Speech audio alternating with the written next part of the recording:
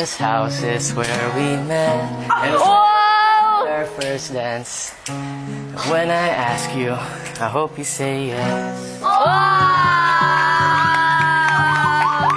Caprice, will you be my ball date for tonight?